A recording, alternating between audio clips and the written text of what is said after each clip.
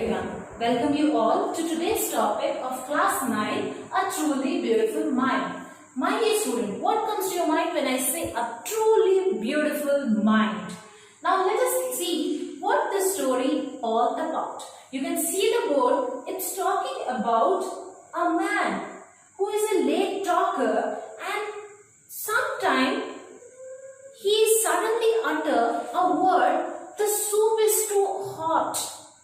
And in that case, think of that parent who will hear for the first time that sentence who is not talking at all. And that person says that the soup is too hot. What will be the experience of that parent? So here in the story, we will see a man, or we can say the protagonist, why he uttered this name. Do you know Albert Einstein, my dear student?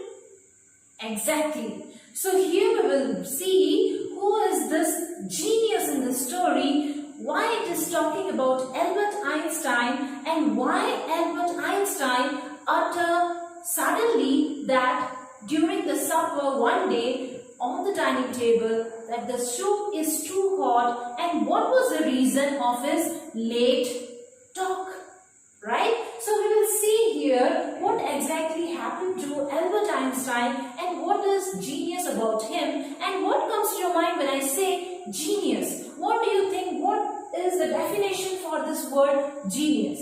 So in order to know the entire story, let us move to the story and read exactly what this main story title is talking about. That is a truly beautiful mind. Now my dear student, look at your book and let us move to the story in details.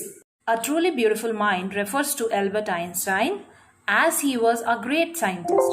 Moreover, this chapter is a short biography of his where we will find the highlight of his qualities, and this will show Albert's interest in maths, physics, and his ordinary human attribute. However, the title, A Truly Beautiful Mind, may let you wonder how a scientist's mind can be beautiful. It is because in this lesson we get to know about another aspect of his life, his other side, that he believes in humanity, and moreover he advocates world peace, non-violence his entire life. That's why the title refers to him as a truly beautiful mind. In 14th March 1879, Albert Einstein was born in Germany's city of Ulm. Until the age of 2.5 years, he could not speak, and when he began speaking, then he spoke every word twice. In childhood, his playmate considered him to be boring. His mother also thought that he was crazy because of his abnormally large size of his head. The headmaster of his school regards him as stupid and good for nothing. But then he proved all of them wrong. When he was 6, on his mother's insistence, he learned to play the violin and became a skillful violinist. His family shifted to Munich when he was 15. But there he feels uncomfortable with the strict discipline of the school, so he left it. After completing his schooling, he gets admission in the University of Zurich because the atmosphere in the university was more liberal than they accepted new ideas and concepts. Besides, he has more interest in physics and maths. At the university, he met a fellow student named Mileva Marek. She was equally clever and intelligent. Afterwards, they married and had 2 sons. But unluckily, their marriage did not last and they split in 1990. Subsequently, after finishing his education, Albert worked as a technical expert in the patent office at Bern. Also, there he secretly worked on his idea on relativity. He put out his paper on the special theory of relativity, which follows the world popular equation E equals to mc square. In addition, he also publicized his paper on general theory of relativity in 1915. This gave an absolutely new definition to the concept of gravity. Also, this theory makes him a famous figure. During the solar eclipse of 1990, his theory came out as accurate and changed physics. When Nazis came to power in Germany, he immigrated to the USA, and he does so because he did not want his research and findings to be used for destruction. Further, when Germany discovered the principle of nuclear fission in 1938, he was the first person to write to the American president about the dangers of atomic bombs.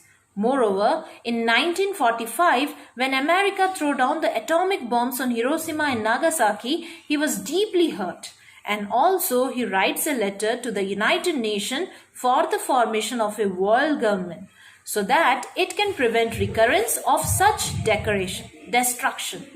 In last days, he spent most of it in politics, advocating world peace and democracy. And the great scientist died at the age of 76 in the year 1955. Now let us move to the conclusion. As it's a summary of the biography of famous scientist Albert Einstein, the story portrays the other side of his life, that he concerns and promotes human welfare.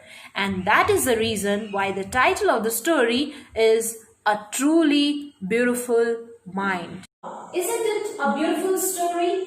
The name is also appropriate according to the story, my dear student. A Truly Beautiful Mind. Hope you all enjoyed it, and if you have any queries, please feel free to call me and clarify your doubts. Try to turn up the pages and comprehend it by yourself. If you find any difficult meaning, refer to encyclopedia or refer to the dictionary, or I am here to tell you the main meaning of that particular word. So till then, have a nice day, and if you have any queries, comments, do comment on my chat box. Thank you all.